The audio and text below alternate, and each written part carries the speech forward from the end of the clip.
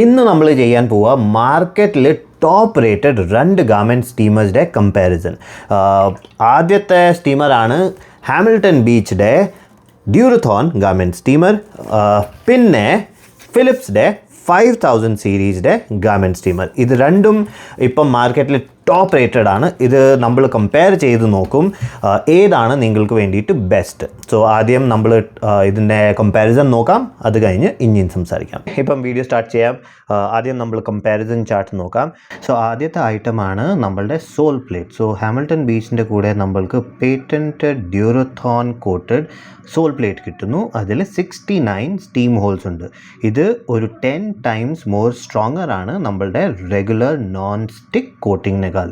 പിന്നെ ഫിലിപ്സിൽ നമ്മൾക്ക് regular ceramic coated sole plate കിട്ടുന്നു 7 സ്റ്റീം ഹോൾസിൻ്റെ കൂടെ.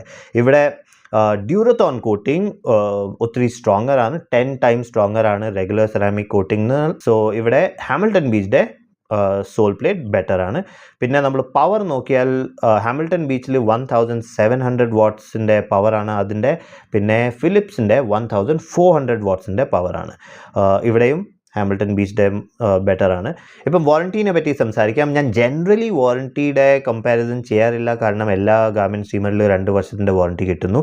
പക്ഷേ ഇവിടെ നമ്മൾക്ക് ഹാമിൽട്ടൺ ബീച്ചിൽ 2 വർഷത്തിൻ്റെ കിട്ടുന്നു, പ്ലസ് നമ്മളുടെ സോൾ പ്ലേറ്റിന് വേണ്ടിയിട്ട് 10 വർഷത്തിൻ്റെ വാറൻറ്റി കിട്ടുന്നു. കാരണം നമ്മളുടെ ഡ്യൂറത്തോൺ കോട്ടിങ് ഒരു 10 times സ്ട്രോങ്ങർ ആണ് റെഗുലർ കോട്ടിങ്ങിന്.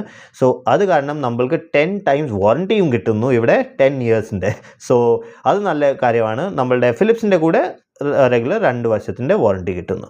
ഇപ്പം സ്റ്റീം പവർ, സ്റ്റീം ഗ്രാം നോക്കിയാൽ ഹാമിൽട്ടൺ ബീച്ചിൻ്റെ 28 grams per minute സ്റ്റീം ആണ്.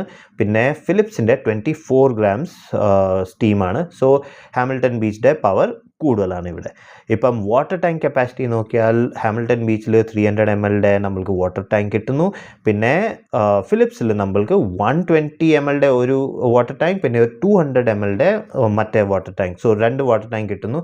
സോ ഇവിടെയും വാട്ടർ ടാങ്ക് കപ്പാസിറ്റി ഒരു ടൈമിൽ ഡയറക്റ്റ് അയൺ ചെയ്യാനായിട്ട് ഹാമിൽട്ടൺ ബീച്ചിൻ്റെ ബെറ്ററാണ്.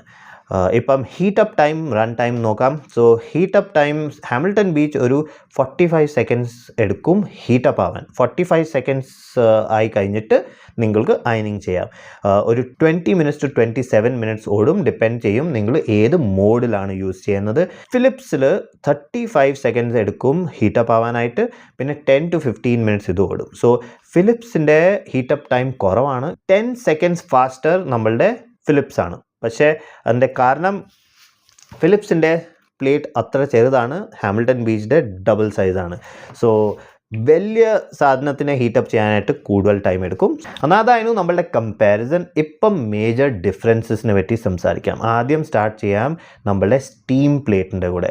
സോ ഹാമിൽട്ടൺ ബീച്ചിൽ നമ്മൾക്ക് ഈ വലിയ ഡ്യൂറത്തോൺ കോട്ടഡ് സ്റ്റീം പ്ലേറ്റ് കിട്ടുന്നു. സോ ബേസിക്കലി ഡ്യൂറത്തോൺ കോട്ടിങ് ഏറ്റവും ബെസ്റ്റ് നോൺ സ്റ്റിക്ക് കോട്ടിംഗ് ആണ്.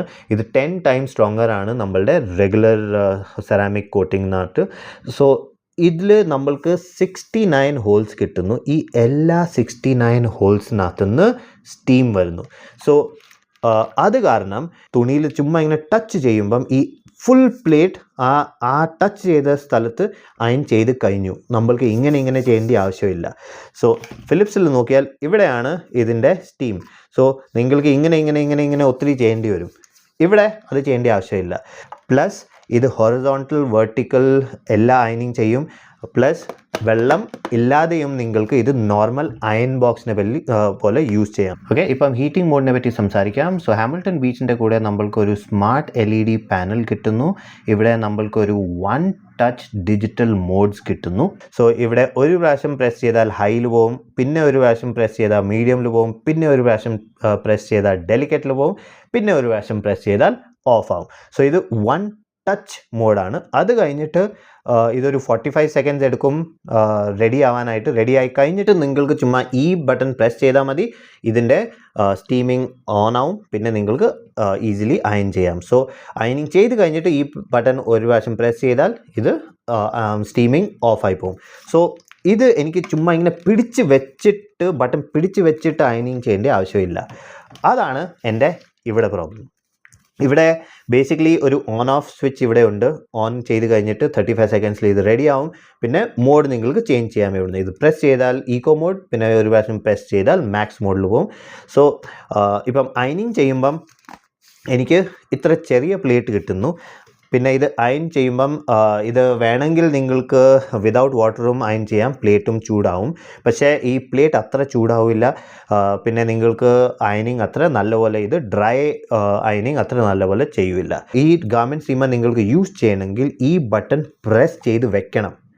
പ്രസ് ചെയ്തില്ലെങ്കിൽ ഇത് സ്റ്റീം തരില്ല. സോ പ്രസ് ചെയ്ത് വെച്ചിട്ട് എനിക്ക് എല്ലാ സമയം ഇങ്ങനെ ചെയ്യണം. ഹാമിൽട്ടൺ ബീച്ചിൽ ഇത് നല്ലൊരു അയൺ ബോക്സിൻ്റെ തന്നെ ഡിസൈനാണ്. നിങ്ങൾക്ക് എവിടെ വേണമെങ്കിലും ഇത് പിടിച്ചിട്ട് നല്ലപോലെ അയൺ ചെയ്യാം.